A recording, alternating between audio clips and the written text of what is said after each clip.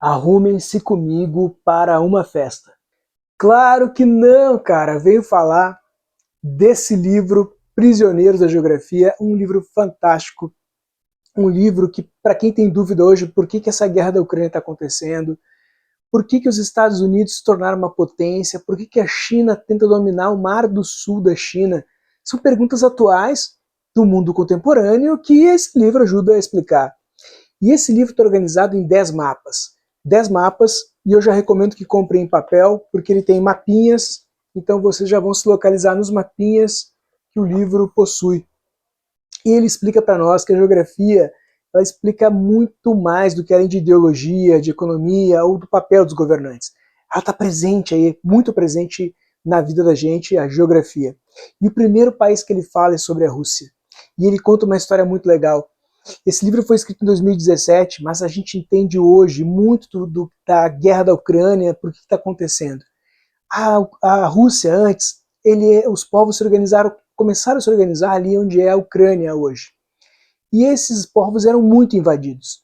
Até que um cara chamado Ivan o Terrível, ele decide organizar uma resistência, então ele começa a criar a proteção de dentro para fora, um país que nasce para determinar suas fronteiras e evitar essas invasões. De certa forma, conforme o autor, o país segue essa lógica hoje, uma lógica de expansão e de defesa. Então, a área que a gente tem hoje a oeste da Rússia é uma área de vastas planícies, uma área que facilmente um país pode invadir por ali. Tanto que Hitler já invadiu, Napoleão já invadiu, e eles criaram uma zona que ele chama, o Tim Marshall chama de zona de amortecimento. Então, ele, por exemplo, não quer que um espaço ali na Ucrânia seja uma zona territorial para impedir que os países entrem diretamente por essa planície tão facilmente, que pode ser entrada de maneira muito simples. Ele também fala para a gente que a Rússia não tem portos de águas quentes. A maioria do tempo seus portos são gelados, congelados. Então, quando ele anexa a Crimeia, que fazia parte lá da Ucrânia, que está nessa disputa, ele pega o porto de Sevastopol, um porto de águas quentes. E isso hoje no comércio, para os países, é necessário um porto que seja mais facilmente possam usar e possam navegar por aí, fazendo seu comércio e a própria defesa da sua marinha. Então, a geografia é muito determinante aqui. Claro que ele vai explicar para vocês a formação dos povos, e além daquela região ali, Ucrânia-Rússia, sua formação, e hoje essa disputa que se tornou uma guerra que não parece acabar tão cedo. Ele também nos fala do país que tirou na loteria geográfica Estados Unidos. Um país que tem oceano dos dois lados, e eu que estudo cabos submarinos digo, tem cabos submarinos dos dois lados, o que facilita muito a conexão à internet desse país. Além disso, os Estados Unidos na sua história tem uma coisa interessante. As 13 colônias eram situadas na costa do Oceano Atlântico e elas eram separadas do restante pelos Apalaches, um conjunto de montanhas que os ingleses não permitiam que os colonos invadissem, continuassem a marcha para o oeste, porque ficava mais fácil de coletar os impostos ali na região do litoral. Mas uma coisa acontece interessante com os Estados Unidos. Em 1803, a França vende para os Estados Unidos o território da Louisiana, um imenso território, e a França vende isso porque ela precisa de dinheiro, está em guerra com a Inglaterra, e nesse território tem algo maravilhoso que é a bacia do rio Mississippi, a bacia mais navegável do mundo. E essa bacia mais navegável, além de facilitar o avanço para o oeste, ela também tem a área agrícola mais fértil do planeta. Então esse país tem a sorte de encontrar essa vasta quantidade de água navegável que facilita a troca de seus produtos agrícolas com outros países e depois vai facilitar também a venda dos seus produtos da sua revolução industrial que vai acontecer mais tarde. Além disso, o Tim Marshall coloca que os Estados Unidos não têm inimigos. Os dois países que são fronteira, México e Canadá, são países, segundo ele, fracos e amigáveis, então sua posição hoje no mundo é muito tranquila, é muito segura e é uma posição que, graças aos seus recursos geográficos, favoreceram o seu crescimento econômico.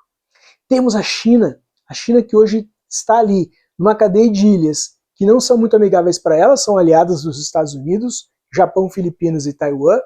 Então a China vem construindo ali no seu Mar do Sul da China uma série de ilhas artificiais para estabelecer ali a sua posição naquele território. Posição essa que é necessária porque ela precisa escoar o seu comércio pelo Mar do Sul da China.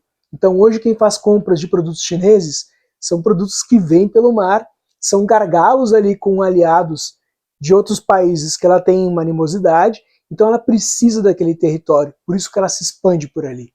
Mas ele também nos explica que o Himalaia, que separa a Índia e a China, é o elemento geográfico que impediu que esses dois países entrassem em guerra. Graças ao Himalaia, nós não temos uma guerra entre dois países que têm muitas disputas, animosidades, mas não entraram em guerra pela geografia. Lá no Himalaia, nós temos outro item, a China anexa o Tibete. E o Tibete, geograficamente, ele é fantástico, porque ali a formação é a chamada caixa d'água da região. O rio Mekong, que é um rio muito grande, é um rio que atravessa o continente, a China e chega no Laos, no Vietnã, abastece outros países. É um rio muito importante e que, segundo ele conta, a China acaba construindo barreiras ali hidrográficas que possivelmente podem reduzir a capacidade desse rio de chegar até os outros países. Então, é uma região necessária, uma região de defesa, mas uma região também de recursos como a água muito necessária. Quando ele fala de Índia, ele nos conta que Índia e Paquistão têm uma história de disputas. A Índia, o Paquistão, ele é criado a partir do território da Índia, porque os indianos são hindus, os paquistaneses muçulmanos, e eles resolvem criar um território para os paquistaneses, onde depois ocorre uma grande migração de paquistaneses para esse novo país. Uma grande marcha, considerada uma das maiores marchas de pessoas na história. E também existia o Paquistão do Leste, que hoje é Bangladesh. Então a gente fica sabendo dessa história de formação de Paquistão e de Índia, mas também que esses países têm muita briga, bombas atômicas, que possivelmente pode estourar uma guerra ali, que se pensa que pode acontecer na Europa, mas pode acontecer entre esses dois países. Aliás, ele toca no Paquistão, que tenta uma aproximação com o Afeganistão, e a gente acaba entendendo por que o Bin Laden, por exemplo, foge para o Paquistão. Existe uma proximidade, e eles não conseguiram exercer, o Paquistão, essa influência sobre esse país, o Afeganistão. Ele nos fala e nos explica por que a Europa é formada por pequenos países com uma cultura e uma língua tão diferenciada um do outro. Então ele nos conta que ao longo da sua história, os povos foram se aglomerando em torno de rios. E esses pequenos povos em torno desses rios foram criando a sua cultura e foram se tornando em nações cada vez maiores, se tornaram países, mas pequenos países. E os rios acabam atravessando a Europa, rios que aglomeravam essas populações que viviam naquelas regiões. Sobre rios navegáveis e rios que facilitam a integração, a África passa pelo contrário. Os rios africanos são rios de corredeiras ou rios de cachoeiras que impedem essa comunicação no continente. Então os povos africanos acabam isolados pela sua hidrografia e isso beneficiou muito os colonizadores quando eles submeteram os africanos à escravidão e à exploração, porque os povos tinham essa dificuldade dessa comunicação a partir dos seus rios. E também o continente africano, cheio de recursos, é separado pelo deserto do Saara, que separa a parte norte da parte sul, um vasto território que acaba impedindo a troca cultural de um continente imenso, um continente com tantas possibilidades de povos e recursos. Sobre o continente sul-americano, o Tim Marshall ele pega um pouco pesado sobre o continente, na minha opinião. Ele acaba exaltando um pouco a Argentina, que acha que a Argentina tem capacidade de crescer no futuro, e que o Brasil não é uma potência porque tem dificuldade de trazer o interior para escoar os seus produtos para exportação lá no nosso Oceano Atlântico. Ele acha que o Brasil precisava melhorar o seu transporte, a sua infraestrutura para a comunicação interior e as capitais, o lado do Oceano Atlântico. Ele acha que o Rio Amazonas é um dos mais navegáveis do país, mas ele não considera assim que é tão navegável quanto a gente imagina. Além disso, é uma coisa interessante, o Brasil tenta conectar-se com o Oceano Pacífico por uma estrada que vai atravessar o Brasil e chegar até o porto no Peru, lá no Pacífico, e o Brasil teria uma grande facilidade de escoar seus produtos para a Ásia, mais baratos, de forma mais rápida, do que ter que atravessar todo aqui o Oceano Atlântico para fazer essa transmissão de transferência de seus produtos. É um capítulo muito interessante no Japão e Coreia, onde ele nos explica as diversas brigas entre Japão e Coreia e a divisão do paralelo 38 lá pelos russos e americanos, que dividiu o país, criou duas Coreias. E um detalhe que a Coreia do Sul, Seul, está muito próximo da zona desmilitarizada, apenas 56 quilômetros. É muito fácil do exército norte-coreano invadir ali e chegar até a capital. Capital essa que é tecnológica, que é cheia de grandes empresas. Então a paralisação dessa capital traz um dano muito grande a Seul, a Coreia do Sul, em caso de invasão. Ele ainda destaca que mais de 10 mil peças de artilharia estão na fronteira da Coreia do Norte apontadas para Seul. Uma coisa que eu gostei que ele fala é que ele faz uma comparação entre a Alemanha Ocidental e Oriental, quando se unificaram. Ele acha que a unificação das duas Coreias seria muito prejudicial para a Coreia do Sul, que teria um grande gasto para conseguir colocar a Coreia do Norte nos padrões tecnológicos e de infraestrutura que ela tem hoje. Então ele talvez considere que não pareça muito vantajoso para a Coreia do Norte fazer essa movimentação. É interessante de pensar um pouco nisso, né? O maior capítulo, um dos mais interessantes, é sobre o Oriente Médio. E aqui nós vamos entender a religião islâmica, os diferentes tipos, em que regiões eles habitavam, onde eles vivem essas diferentes religiões, né?